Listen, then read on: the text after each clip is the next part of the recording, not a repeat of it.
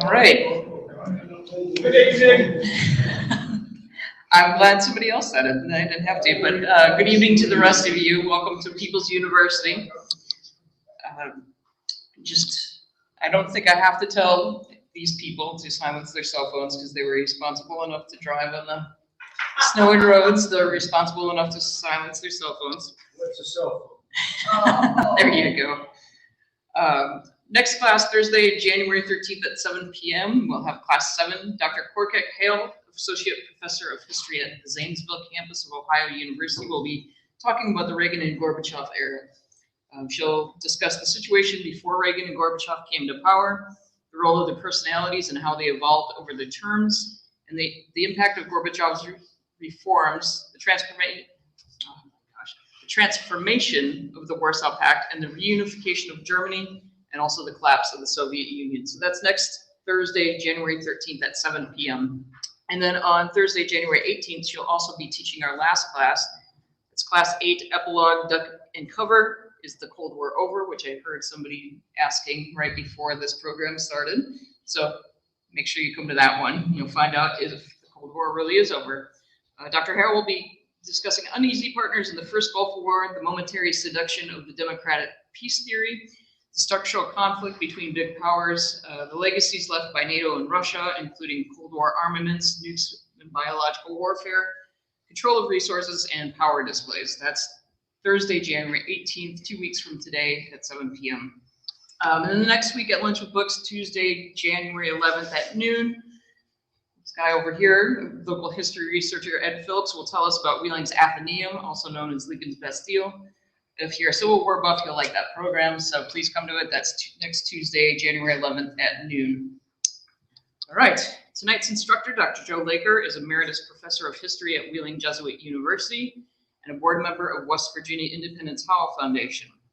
Following his graduation from Marian College with a degree in history, he spent 2 years teaching English conversation in Kyoto, Japan.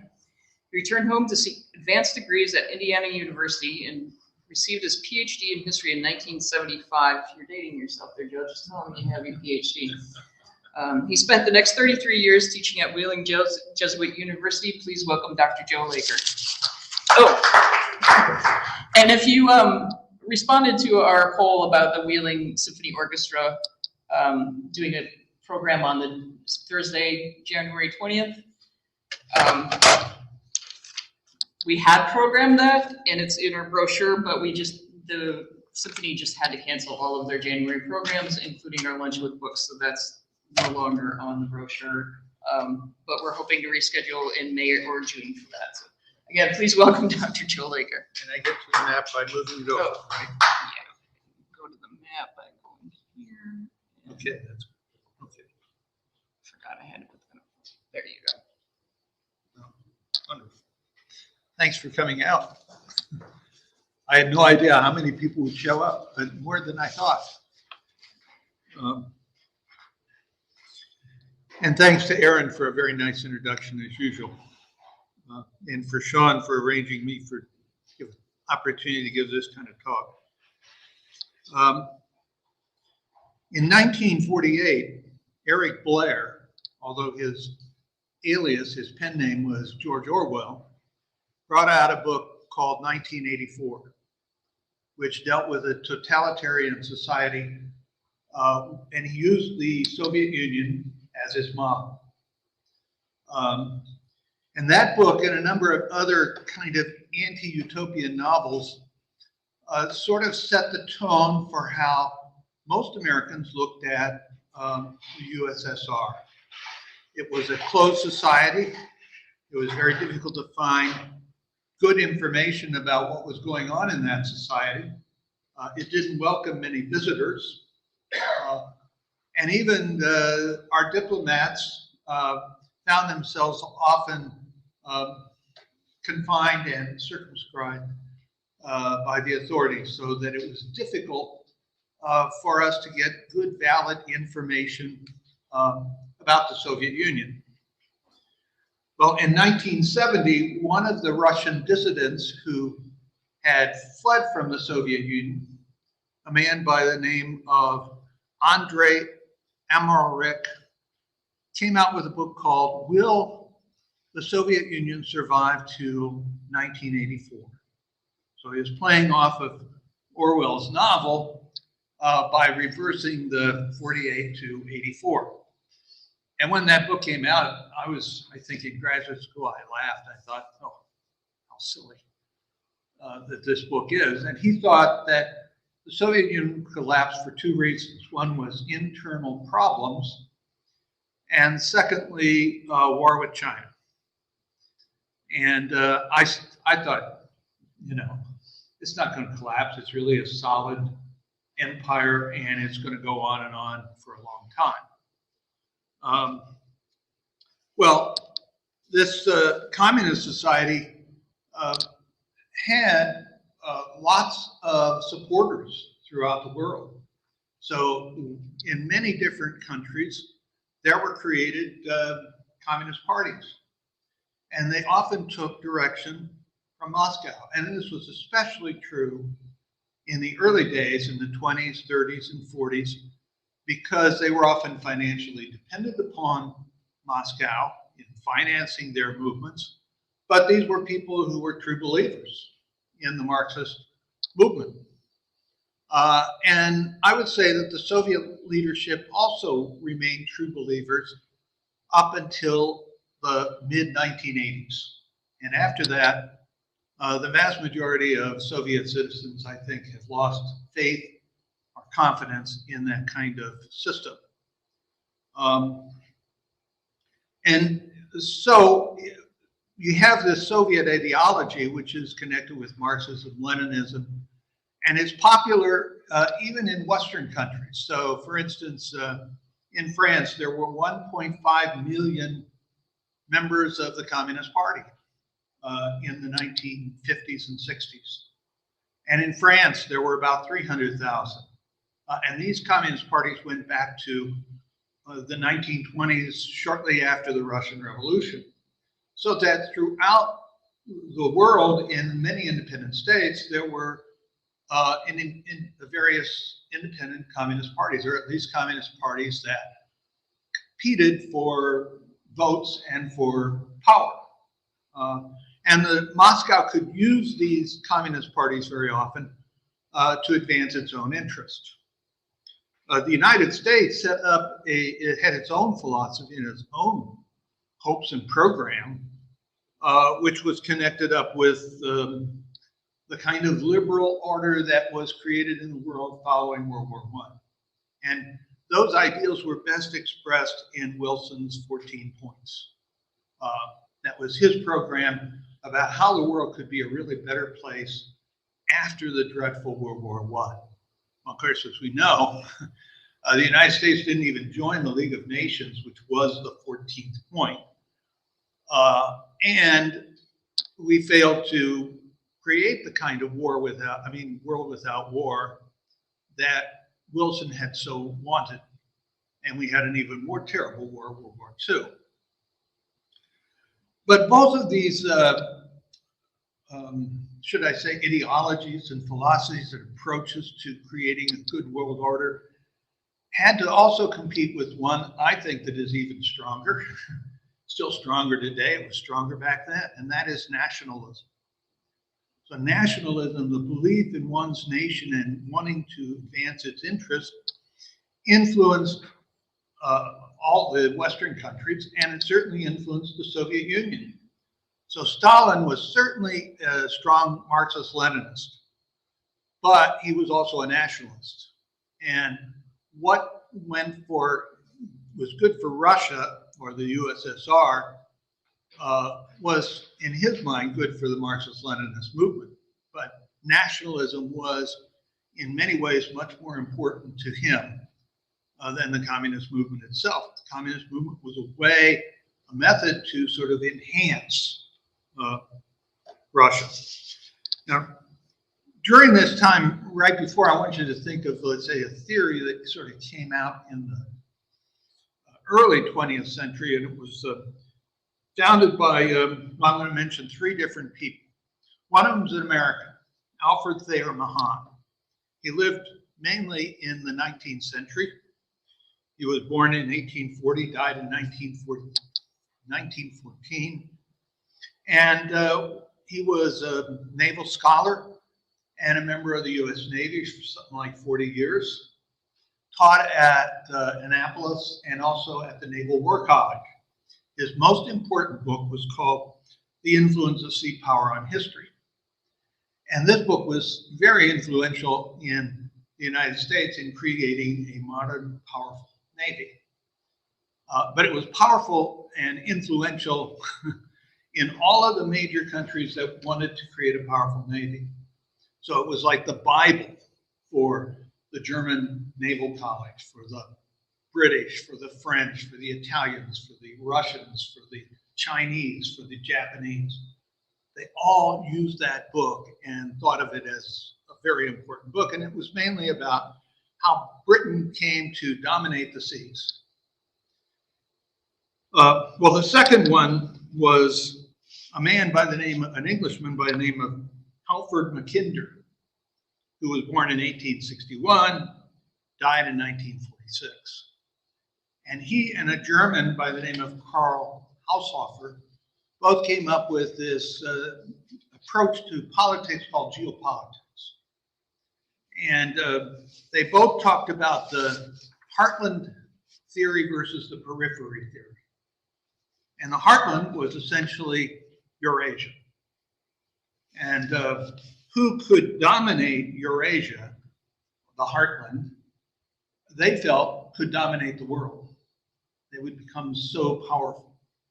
And at one time, his little comment was, "He who rules Eastern Europe," and by that he meant Eurasia, "commands the Heartland. Who rules the Heartland commands the world island," meaning the whole Eurasia continent. "Who rules the world island commands the world." Now, set up in opposition were thinkers who said, no, they can be contained by controlling the periphery, all the surrounding areas. And Great Britain controlled the periphery with its huge empire and its powerful navy. And on numerous occasions, it has stepped in to fight wars in Europe with allies, to try to prevent any one country from dominating the Heartland, so to speak. At the beginning of the 19th century, it was Napoleon. And they, with their allies, managed to finally defeat Napoleon after a very severe struggle. Then the next big contestant was Germany. Twice in the 20th century, Germans became a threat. And the third was Russia. So the British were always concerned about Russia and Russia's threat to their empire and the need to contain Russia. So we want to contain them in the Balkans, in the Red Sea. We don't want them to get out of the Black Sea with their navy into the Mediterranean. We don't want them to break through to threaten India. We don't want them to break through and threaten in the Far East. And so they made alliances and they worked to try to contain them. One of the most famous novels of India, called Kim, written by Rudyard Kipling, is about a young man who participates as a spy for the British in what was known as the Great Game. So the Great Game was this attempt to try to use diplomacy and military power to try to contain the Russians and protect the empire. And even after the Russians, a follow-up, and this is not a novel, but an academic work by a man by the name of Peter Hopkirk, who's written 3 books about the British trying to prevent the threat to the empire through the big game. And it's not just by the Russians, but also by the Germans during the 19th and 20th century. So this, talking about heartland versus periphery, After 1945, my question would be, did the United States become the defender of the periphery, so to speak, with its alliances, with its means to try to prevent the Russians from breaking out? And you can sort of see this map here about US military bases. I came across some left-wing internet site that said the United States had something like 800 different military facilities around the world. And they were placed in places where Americans could come to dominate the resource production of all these countries. And you can sort of see that this, I'm not sure that this is the same, this map comes from the same website. I tried to check that, but I haven't been able to determine that. But you can see where they talk about 119 military facilities in Germany, 120 in Japan. Now, I've lived in Japan for 4 years. I know of some of the big bases, but there are very few big bases. So are they talking about just radar installations where they might have 1 or 2 people? So probably, you know, that's why you get up to 800 maybe. But 800 still seems like an incredible number.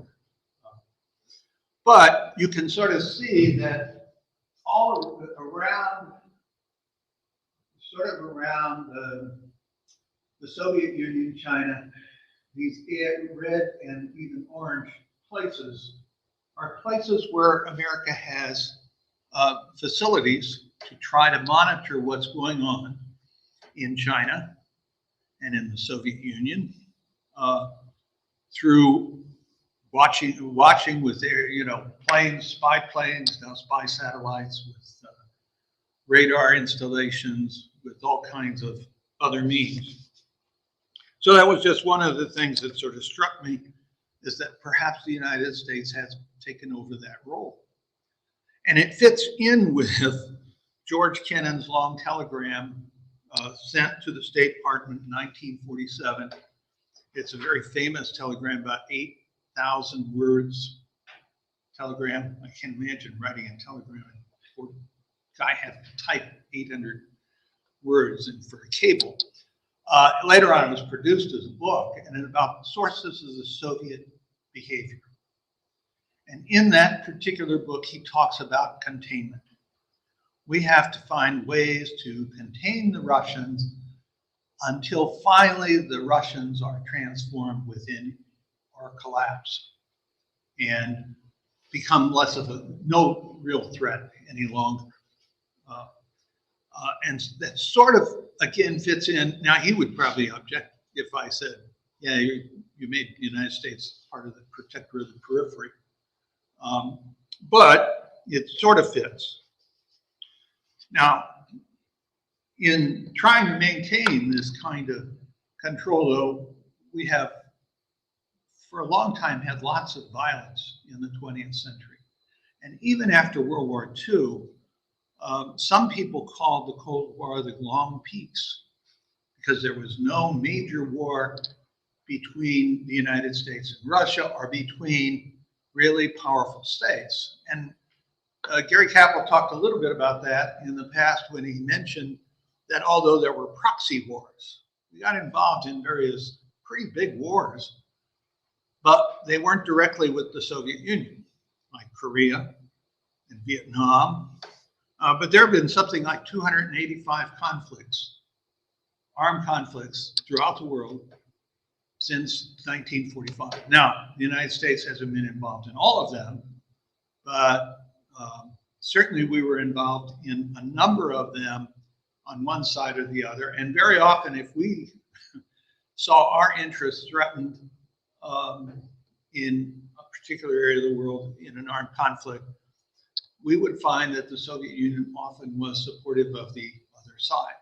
So they were part of that kind of huge struggle that was going on between ourselves and the Soviet Union. We created, and if you think of the Russians, one of the things that Gary talked about was Russian insecurity. Believed that they weren't safe because they had faced numerous invasions. Think of Napoleon, think of the 2 German invasions. the Japanese attacks, that they have a real problem with believing that they are safe and secure. And they wanted to create a sort of a bunch of similar states with similar philosophies, client states, that would be good allies and would surround them and provide safety for them. And you might think of those in Eastern Europe, that part of the Soviet bloc, as that security area. Well, the United States, if you were a Soviet, you were looking at the map, you'd say, wow, the Americans really are doing a number on us. In Europe, there was NATO, a defensive alliance. We called it a defensive alliance. They could look at it as an offensive alliance to contain us and perhaps even roll back our security corridor. Almost all the European states were members, including the United States and Canada. An attack on one NATO country was an attack on all of them. So we were committed to going to war to defend our native allies.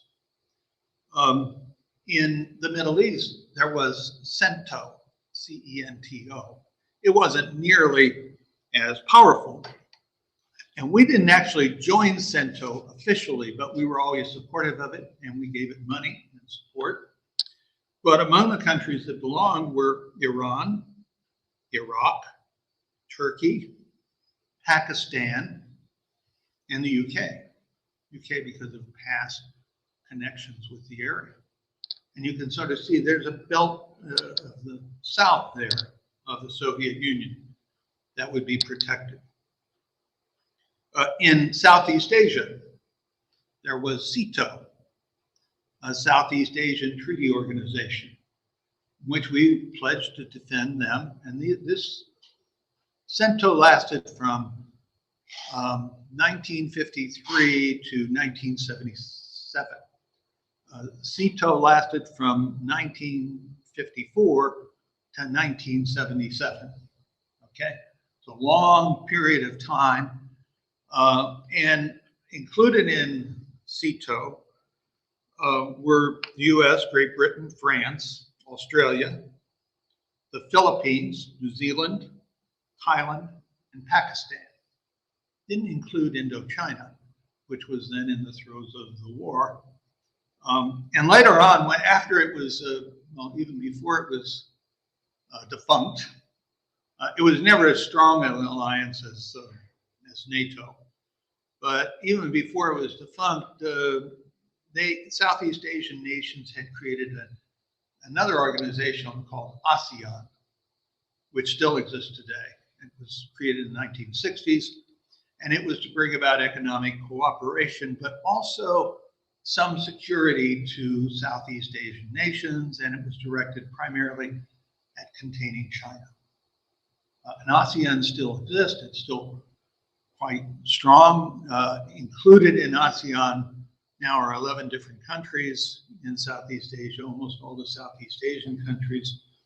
And if I, let's see, can find the way to do this. No, of course. The arrow, right, thank you. I'm going to go to the next one. Now, these are the ASEAN nations. And you can see that they sort of are there south of China, but some of these countries are threatened by Chinese expansion. For instance, after the Vietnam War was over, just a few years, there was a very sharp border clash between the Vietnamese and the Chinese. The Chinese have tried to seize control of many of the islands and small little islets in the South China Sea, and some of these conflict with claims of Vietnam over these islands, the Philippines over these islands, the Japanese over some of these islands, and it creates a considerable difficulty.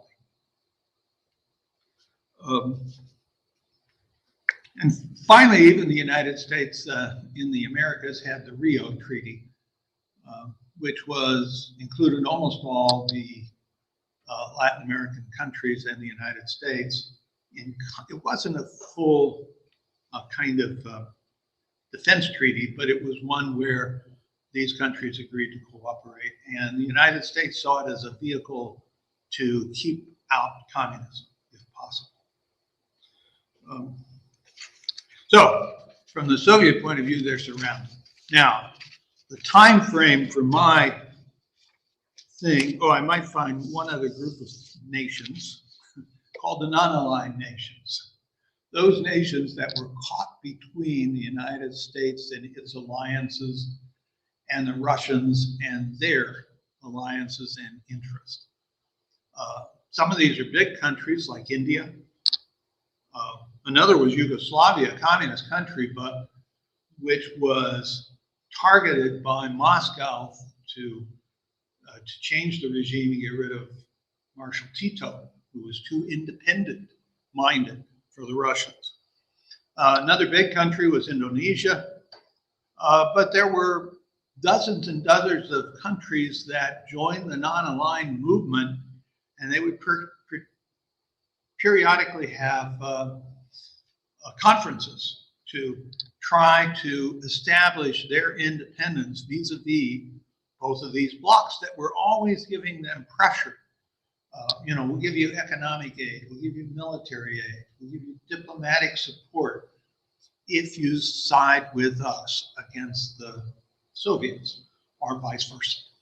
So the Soviets tried the same sort of thing. Now, we were a richer country than the Russians, and just in terms of economic and military aid, we could probably outbid the Russians if we wanted. But occasionally, we found their price too high because these non-aligned countries, if they were smart, found, we can bargain here. And sometimes they would bargain very well, and we would be paying far more than probably we should have been to try to win their support. And their support was never total. They weren't ready to sign an alliance with us, or necessarily with the Russians, with their regime. Well, when Stalin died in 1953, there was a period of 2 years in which there was a changeover of leadership. One of the very first things they did was to execute the head of the secret police, Lavrentiy Beria. The top people in the Communist Party thought, we got to get rid of this guy. He is too powerful and untrustworthy. And then it became a contest between Malenkov and Khrushchev. But Khrushchev was the party secretary at the time. That was the post that Stalin had when he first competed with Trotsky. And the value of being party secretary is you're in charge of making appointments to people to different positions within the government and the party. And the result is you can place your supporters in the key spots. And Khrushchev did this. And so within 2 years, Malenkov was ousted. He was given a ceremonial post and really kicked out of power. And Khrushchev more or less took over, and Khrushchev was there from 1955 to 1964. And he did many positive things, but then he also had, of course, some negatives. I'll still first talk a little bit about the positive things which helped to make the Soviet Union a better place. One of them is he reduced the power of the secret police dramatically. He opened the country to more foreign visitors so that people could have a little bit more of an appreciation. It's still a closed society. It's still not really open, but it was far more open than it was. He encouraged artistic expression, especially the writing of poetry and so forth. And they were more, you could write more without getting into deep trouble. Now, you couldn't write everything. And certainly some writers were arrested and sent off to Siberia for long periods of time for writing stuff that was hostile to the regime. good example would be Alex Solzhenitsyn, who eventually is forced to leave in exile and came to America. But he pushed science and was head of the Soviet Union when Sputnik went up. And Sputnik went up in 1957 and shocked the Americans. We realized, my God, we're behind in the space race. We've got to catch up. And we spent a lot of money to try to do that. And it was unclear for a while that we were going to be able to catch up. Shortly afterwards, the Soviets sent a rocket that hit the moon. We didn't have any rockets that could do that at the time. And then in 1961, Yuri Gagarin was the first man to walk in space.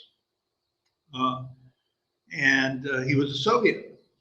So within 4 short years, the Soviet Union did 3 things in their space program that really shocked us and surprised us. He also began to push peaceful coexistence and competition. Now, he would still sometimes be very threatening, and one of the most famous incidents was when he went to the UN to give a speech, and he took off his shoe and he wrapped the table with his shoe and used rather vulgar language and so forth. One of the positive things from an American point of view was in 1956, in February, he gave, this was a secret speech to the top Soviet leaders called a Desalinization speech. He attacked Stalin and Stalin's policies and Stalin's methods in very blunt terms. And it was a secret speech, but somehow the US State Department got a hold of it and published it in entirety in June of the same year. And when the United States did this and people realized that this was Khrushchev's real ideas on Stalin, and they exposed so many of Stalin's crimes, they were aghast, especially leaders of the various communist parties, even in the satellite states. What are you doing here? Washing all of our dirty linen in front of the capitalist bloc. This is awful. Well, the people who were most offended were the Chinese. Mao Zedong had no particular great love for Stalin. He met him only once in 1949, but he was shocked and angry that they had sort of made fun of this communist hero who had long led the communist bloc. And he began to sort of compete then with this new guy, Khrushchev. He didn't know what he was doing. And the result of it was a gradual separation between the Chinese and the Soviets. Before, the Chinese worked hand in hand with the Soviets in many ways. So this created a huge gap. Another was, shortly thereafter, troubles in Poland and Hungary. I mean, they took note of the Destalinization speech. There were demonstrations and riots.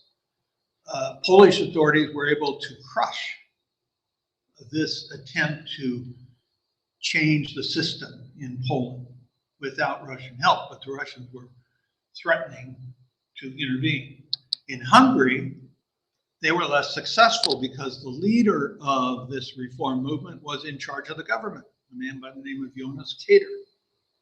And the result was eventually the Russians and other Warsaw Pact nations sent troops in to crush. Some 2,500 Hungarians were killed, 13,000 were wounded, and tens of thousands fled to the United States. So this was a huge thing. And the Chinese, although they urged the Soviet Union to crush these attempts to change the system in Poland and Hungary, nonetheless said to basically Khrushchev, you brought this on yourself. You're the cause of this with your attack on Stalin. Another was the summit was going to be set up with the United States, and Khrushchev really wanted to visit the United States. It was going to be with Eisenhower. And shortly before the summit, the Soviets shot down an American spy plane, the U-2 spy plane, and captured the pilot. And although Eisenhower initially declined to agree that it was a spy plane, ultimately he was forced to concede that it was. And in fact, it was going to be the last flight of the U-2 plane because we now had spy satellites and we weren't going to need the U-2 anymore. So it was ironic that they send up this sort of maybe last flight, be shot down. And the summit was called off. And relations with the United States that had been improving now sort of took a step back. And finally, the Berlin Wall went up. It went, well, not finally. It goes up the night of August 12th, 1961. First, it's just barbed wire, but later on they realized, oh, that's not enough. And they created a concrete wall that was 12 feet high and almost 100 miles long to try to surround West Berlin and to prevent anybody from crossing into West Berlin from East Germany. Why did they do this?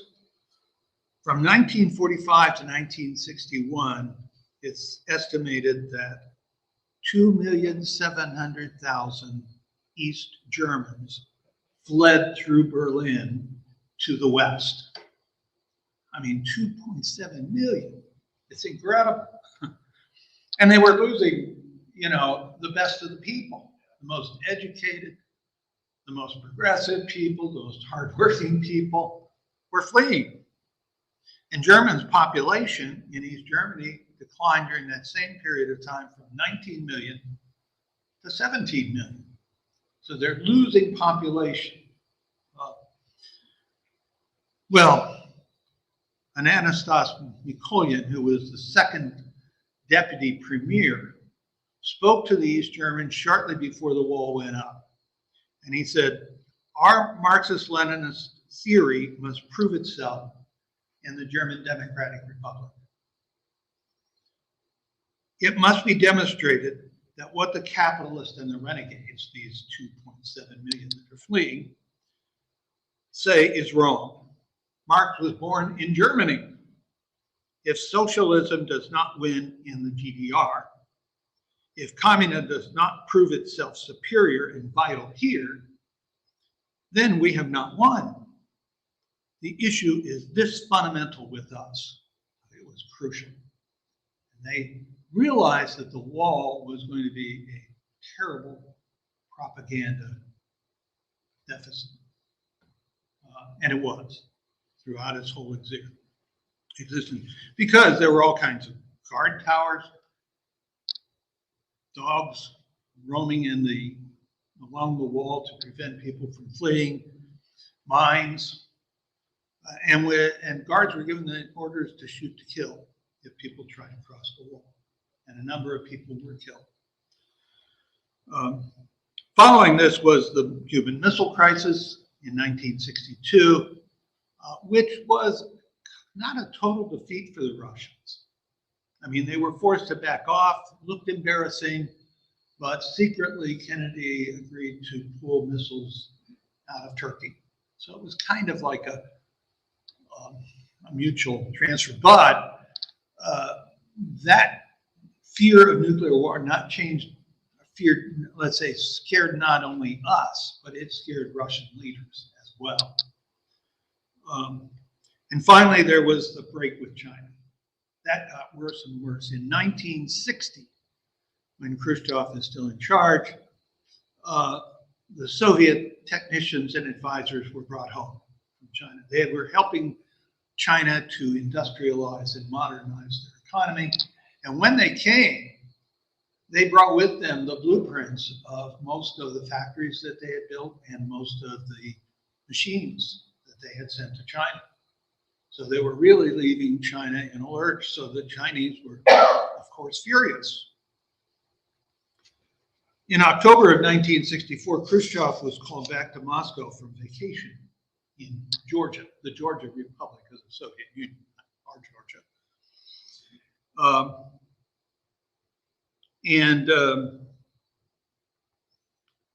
He's brought back and then told he's going to resign. And he said, could anyone have dreamed of telling Stalin that he did not suit us anymore and suggesting he retire? Not even a wet spot would have remained where we had been standing. Now everything is different. The fear is gone, and we can talk as equals. This is my contribution. I'm glad that the party has gotten to the point that it can even rein in its first secretary. You smeared me all over with shit, and I say you're right. I mean, typical Khrushchev to get crude, but well, he was replaced first. It was a little bit uncertain who was going to be replacing him, but ultimately it was Leonid Brezhnev. And Brezhnev was basically in charge for about 18 years, but he ran a different kind of approach. It was much more collegial than Khrushchev, and he was willing to share power, not the top position, but with other Soviet leaders like Alexis Kosygin, who was mainly in charge of the economy, Mikhail Suslov, who was concerned with propaganda and ideology, and Podgorny. These were other members of the Politburo, but he was willing to share this kind of power and was not seen as a threat, but rather as a person who could be dealt with other powerful Soviet leaders. This did not mean, though, that he was a big friend of the West. Russia remained very much a kind of closed society. But he was also, had been scared by Khrushchev and that nuclear crisis. And so he favored cooperation and detente with the United States and the other Western powers. We will try to work out various kinds of agreements so that we no longer threaten each other so much. So one of the things that he did was sign military agreements. So Nixon went to Russia in 1971, and while there, he signed 7 different agreements with the Russians. The most important was the Strategic Arms Limitation Treaty. But there were others that would increase trade with the Soviet Union, which would ease various other differences we had. So that this was you can't say that it was a totally negative kind of experience. Let's see.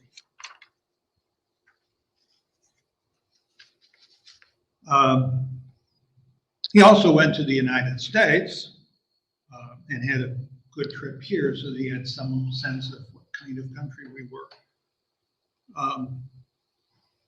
He also signed an anti-ballistic missile treaty and nuclear non-proliferation treaty. So there were ways in which we were at least working with the Russians. Now, he was a kind of gray eminence. People didn't warm up to him. He wasn't colorful like Khrushchev. But he also did some other things that were less positive from our point of view. One was he cracked down on liberalist reforms in Czechoslovakia in 1968. This was similar to what happened in Hungary. They had an election, a reforming communists came in who wanted to have openings with the West and to create a more open kind of society. And ultimately, he said, no, this can't happen. And so he sent in troops and crushed this attempt at liberalization. This attack, after all the time that Khrushchev had tried to work to open up more, and even Brezhnev had opened up the Soviet bloc more, scared and angered the various satellite leaders. So they were very upset with him and were critical of his decision to send in these troops. But it appeared he got past that. However, in the very next year, warfare broke out between China and the USSR in 1969. And these were not small conflicts, but involved tens of thousands of troops, both sides arming. And the Soviets were very, very concerned, partly because Siberia is not well populated. And across the border was not then 1 billion people, but getting close to 1 billion people who might overwhelm the whole eastern part of the Soviet Union. And when Almeric, I talked about him in the very beginning, will the Soviet Union survive to 1984? Well, he's writing, he published this book in 1970, right after these attacks. And so you might say, well, it's coincidence with that, or no. He's looking at what happened, and he felt that the Soviet Union would fall for two reasons. One is internal problems, when there were plenty by Brezhnev's time. And secondly, war with China, that the Soviet Union would lose.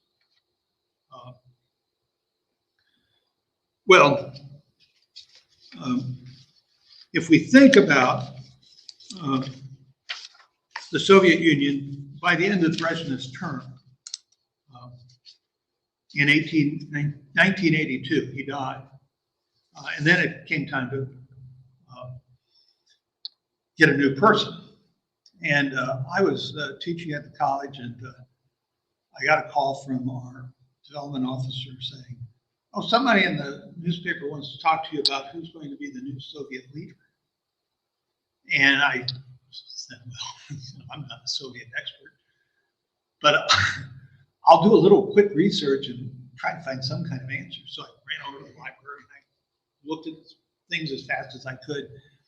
And I found out that there were a number of favorites, but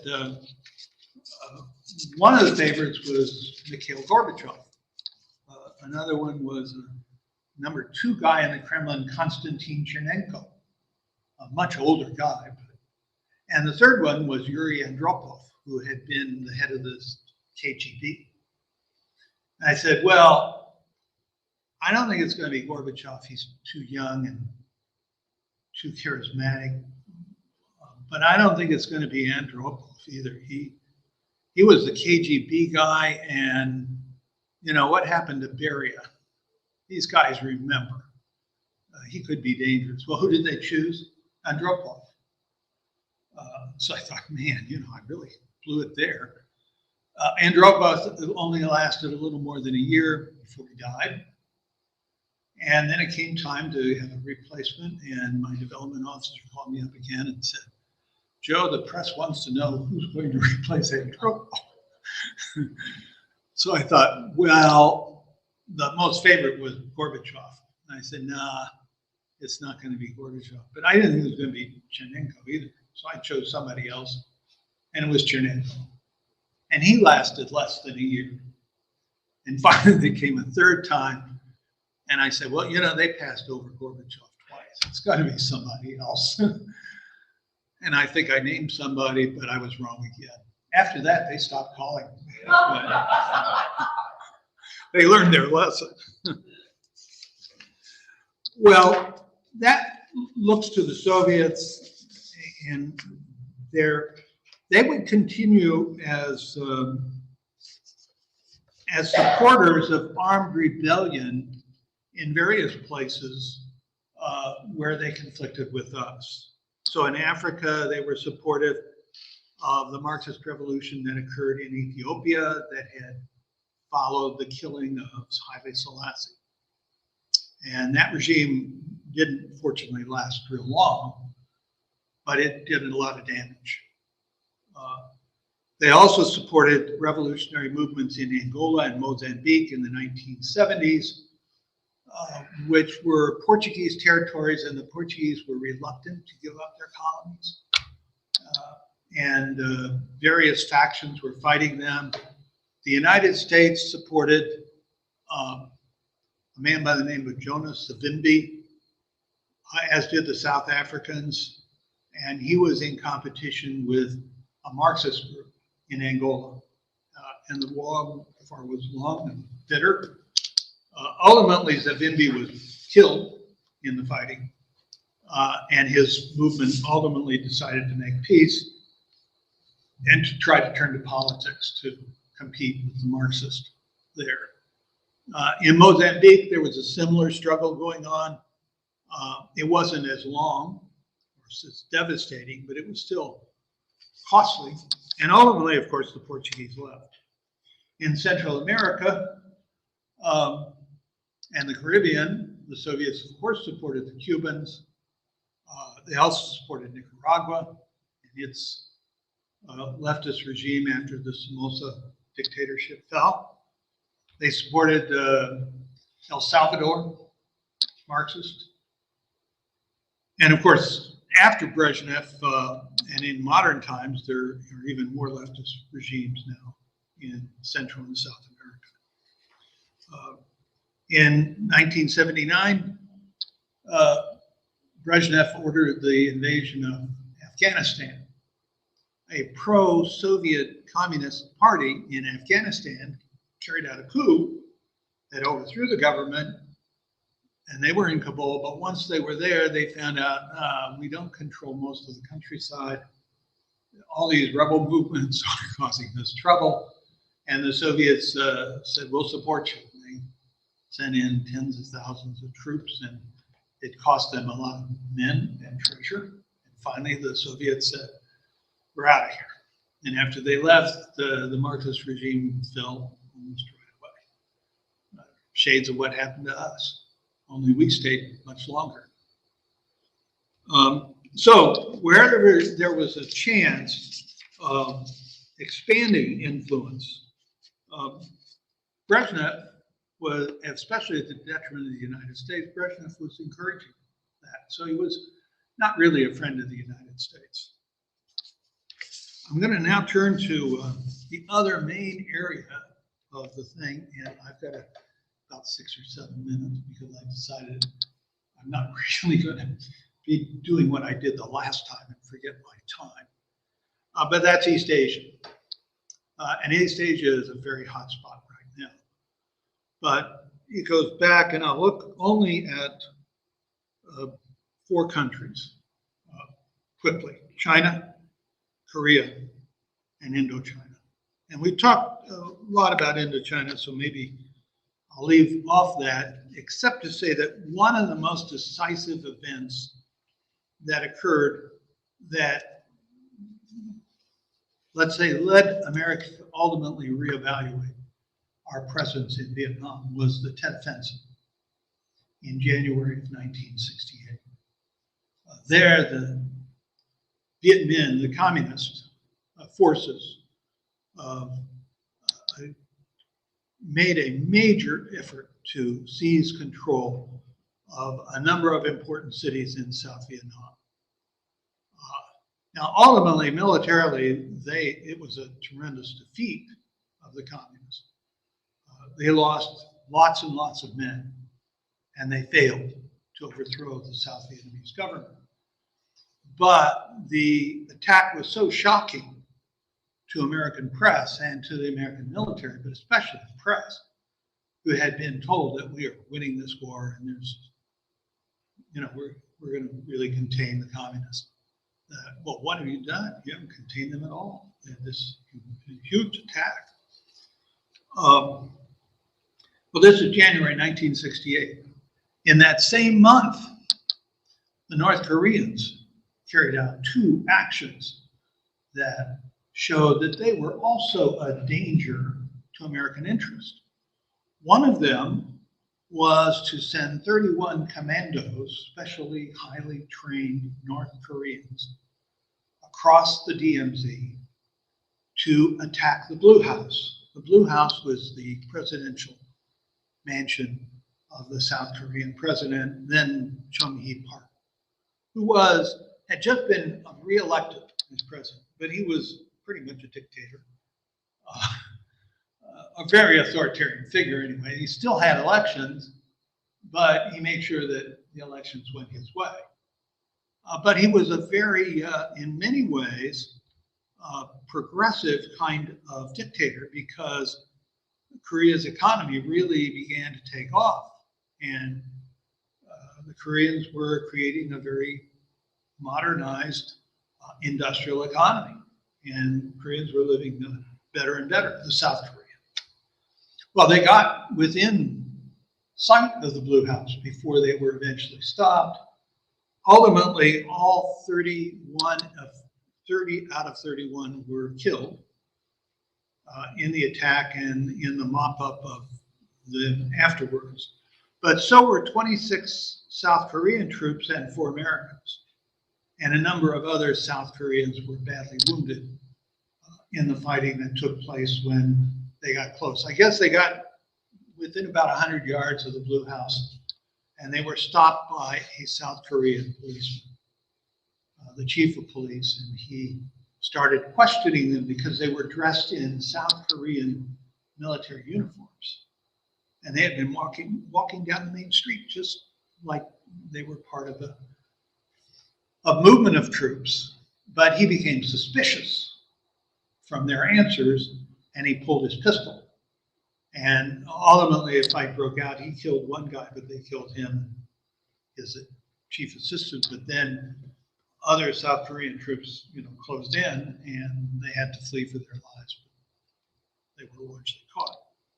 That occurs in 1968. Well, in 1969, we have the Chinese and the Soviets doing a border fight. So all of these things occurring at around the same time. 1968 is also the time of the Czechoslovakia liberalization effort and its crushing.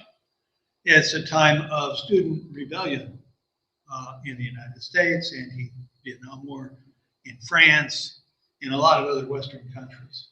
So 1968 was, in a way, a very bad year. A lot of bad things happened. Well, one of the things that I wanted to mention was that from my reading of some sources, Stalin, Mao, and Kim Il-sung, the first Kim, there's been 3 of them now, conspired in 1950 to launch the Korean War. And they did it because on January 12th, 1950, Dean Acheson, who was then head of the State Department, gave an important speech, public speech, in which he talked about what is the American defense perimeter in Asia. And he mentioned Japan, he mentioned the Philippines, and he did not mention Korea or Taiwan. So they were outside of this defensive settlement in the mind of the Secretary of State. And the Chinese and the Koreans thought, maybe this is an ideal time to take over these properties. And Kim promised, I can do this in just a matter of days. And of course, he almost succeeded because the South Koreans and the American troops that were there were pushed back to the area just around Busan. And the Americans, I think, were mixed about whether it was worthwhile trying to save South Korea, but ultimately Truman decided we've got to intervene, and he went to the UN and got UN authorization. And Douglas MacArthur then moved the troops, most of the troops from Japan to carry out the Incheon landing and reverse the flow. And then, of course, the war lasted from 1950 to 1953, and it wasn't until after Stalin died that the Chinese and the North Koreans made an armistice. They wanted to make an armistice quicker, but Stalin wanted to keep them fighting. But the Chinese paid very heavily. And one estimate that I read, John Lewis Gaddis, who has written this wonderful book on the Cold War, estimates that 600,000 Chinese were killed in Korea. We lost 35,000 plus men. Gaddis says more than 2 million Koreans died in this attempt of the communists to militarily spread communism to the south and take over that country. So one of the 600,000 of the Chinese was Mao Zedong's, one of his sons was killed in the fighting.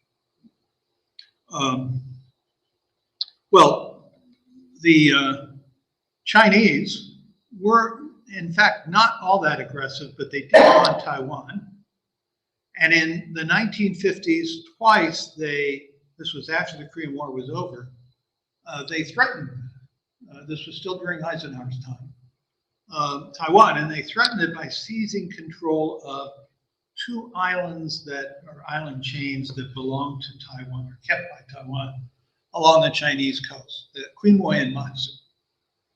And they really are not very big islands, are not very valuable. And I think the nationalist Chinese that controlled Taiwan would have been smarter to have pulled out of these islands much earlier, maybe in 1949. But Chiang Kai-shek always hoped that there'd be a day that he could go back. And so they kept him, and they began to shell these islands and threaten them with invasion. And first in 1953-54, then again in 1958. And I remember Eisenhower sitting in the Oval Office and going on public television, warning the Chinese, do not try to invade or take these islands or the United States will respond. We had then also had a defense treaty with Taiwan. So if Taiwan was attacked, we would intervene on their behalf. The Chinese were not ready for anything at that moment. And so they backed off. Although they continued to occasionally shell these islands, they essentially told the authorities when they were going to shell these places. I see I'm past my time already. I'll try to wrap things up real quick. So the Chinese, are expansive now. They have built a huge navy. They have a huge military. They're pushing out into these islands. They have a very strong economy. Although that economy is, although very strong, is partly held hostage to advanced countries like the United States, because if we would suddenly stop buying Chinese products or move the production of a lot of goods that end up in the United States and Western Europe, that economy would collapse, I think. And the Chinese have become used to now becoming, at least having a shot at becoming middle-class people. And this might be devastating to the Chinese. So maybe they'll be cautious. I hope so. Anyway, thanks for listening. And do you have any questions? Yes? Why did they kick out Khrushchev? Well, they had all kinds of reasons. One was his virgin lands policy of opening up lots of lands to agricultural production, which was sort of like the Dust Bowl for us. You open up lands that are marginal, and if you get a bad weather year, you get bad Dust Bowls and you get failed crops. Another was that the Cuban Missile Crisis really scared him.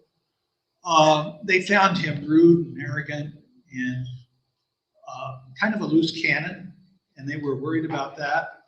So I think they finally felt, we've had this guy around and he's becoming a megalomaniac. He's getting too powerful. The fact that he went so gracefully into retirement, he ended up writing his memoirs and had this kind of comment, means I think maybe they misjudged him, that he was not quite the terrible person that he was. That's the best answer I think I can get. Yeah. In view of the situation in Eastern Europe now, Ukraine, the Russians parked on the border, threatening them to invade, and our concern about dealing with this situation successfully. Would you say that the concept of spheres of influence for certain powerful nations is likely to become stronger and resume its importance and practicality? Predict the future for us, Joe. Remember what I did with these Soviet presidents now. I think that what the best solution would be to diplomatically meet some of the Russian demands, not all of them, where they could say that we have real security, that the Ukrainians will not become a real threat. I mean, the Russians have a good case for being angry about Ukraine because they had a pro-Soviet government in charge. There was an election which we interfered with, we intervened in, called the Orange Revolution, and we helped finance the opponents of the Soviet regime. So I found it really, in a way, amusing in our 1916 election when we were accusing the Russians of interfering in our election. I thought, yeah, we've done that on many occasions in other countries, by giving assistance and so forth. And even the previous Obama administration, he sent advisors and so forth to help the Israeli opposition to get rid of Netanyahu. And this was like a year ahead of the 1916 election, and we're complaining that now somebody's interfering with us. You mean 2016? 2016, yes. Did I say 1916? I'm hopeless. But I think the best thing would be to try to find some way to satisfy at least the Russian sense of insecurity. But I'm not sure that's possible with Putin, because he dreams of recreating and reconquering many of the areas that were lost when the Soviet Union disintegrated. Even if he can't get them under direct control, he wants to make sure that very favorable governments would be there. And these governments will be certainly not those that will be respectful of the kind of values and goals that we hope to see there. But you're right. I mean, the Russians have legitimate concerns, and we ought to be sensitive enough to those concerns to make compromises with them when we can, and to try to find ways to encourage the Russians to sort of join. When they joined, the economic bloc, we were hopeful that that would be satisfactory. But we also tried to expand NATO to much of the Eastern Bloc, and I think this, from the Russian point of view, was very threatening to us, to them, not to us. So that sounds like you're saying that the sphere of influence concept has some more legitimacy than we have given expected. Yes, it does. Yeah. Right. Yes. Can you, in the context of all this, explain what's going on in Kazakhstan? I can't really. I've read a little bit in the newspapers about the troubles there and the Soviets intervening with troops. I mean, they're concerned with Kazakhstan is a big place, and they're concerned with their border. And I don't think they want to really directly control Kazakhstan again, because most of the people are Muslims, and they fought a very bitter, nasty war with a tiny little territory called Chechnya. Oh, yeah. And I think that was something that made them aware we do not want to get involved in an Islamic kind of contest within our own country. They crushed the Chechen rebels, but the Chechens are not satisfied. They're going to create They're trouble also down crazy. there. They're crazy. They're not crazy. Maybe so. I certainly wouldn't want to take on the big Russian bear myself. Someone on one of the news programs today was commenting that there is a huge Russian population in northern Kazakhstan that might make that part of the country attractive. It's possible, they seized part of Georgia for that reason. They seized and are taking part of the Ukraine, where there's a large Russian population. But, the Russians tried to settle Russians in all of these satellite states, especially the Baltic states. And so there's a Russian minority there, and you can always say, oh, our minority is being mistreated. We've got to intervene.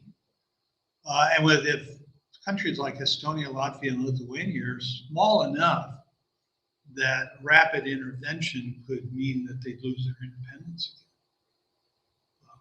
again. Did you have a question? Yeah. What's happened to Nicaragua? Pardon? What's happened to the two islands? They are still under Taiwan's control. Yeah. It wouldn't take the Chinese any time at all to take them over. That was a major issue in 1960, election. We haven't heard about it since. Yeah. I think the Chinese felt this was just an irritant that we had. But since they now want Taiwan in a very serious way, and I'm very worried about Taiwan. You know one reason they won't do it? TSMC is the premier manufacturer of chips. Yes. And it'll be a smoky ruin if China takes Taiwan. Yeah. And the world economy will be screwed. Yes. So institutions that hurt more than us. Oh, it's everybody. The world depends on how the chips come out of that factory. Intel doesn't make chips. It doesn't make 5 million chips. The other factor is if they would take Taiwan, I would predict that the Japanese would rearm and would move to nuclear weapons. They're probably about a couple wrench turns away from it. They have technology that they could be there in no time at all. But And there's a big economy between Taiwan and China, even though you think they're separate, there's a big economy between these two. oh yeah, there is. Yeah. Yeah. So Taiwan would be important, but We're not going to defend Taiwan. no, we're not going to go in there with weapons. And I don't think the Taiwanese they're a country of 16 million people, which is small in the world sense, but it's small compared to 1.2 billion. It's kind of a hard place to take though militarily. Its beaches aren't real good. You could like to do a lot of things with shoots, with artillery. I'm sure they've been stocking out. Lots of mountains. Yep. Yeah. It's not D-Day on the shores of France. No, no, you're right there. It could be a very costly Yes, it could. endeavor. And if we arm them well, the Chinese might say it's not worth Well, that's what we should do. We should give them diesel subs, our best artillery, our best jets, and say, how nice. And we've already not done that because we don't want to make China mad. We've already not hit Taiwan everything we should have, could. Yeah. Yes. No. Well, Okay. thank you very much.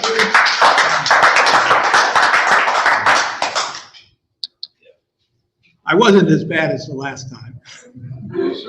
You were fine.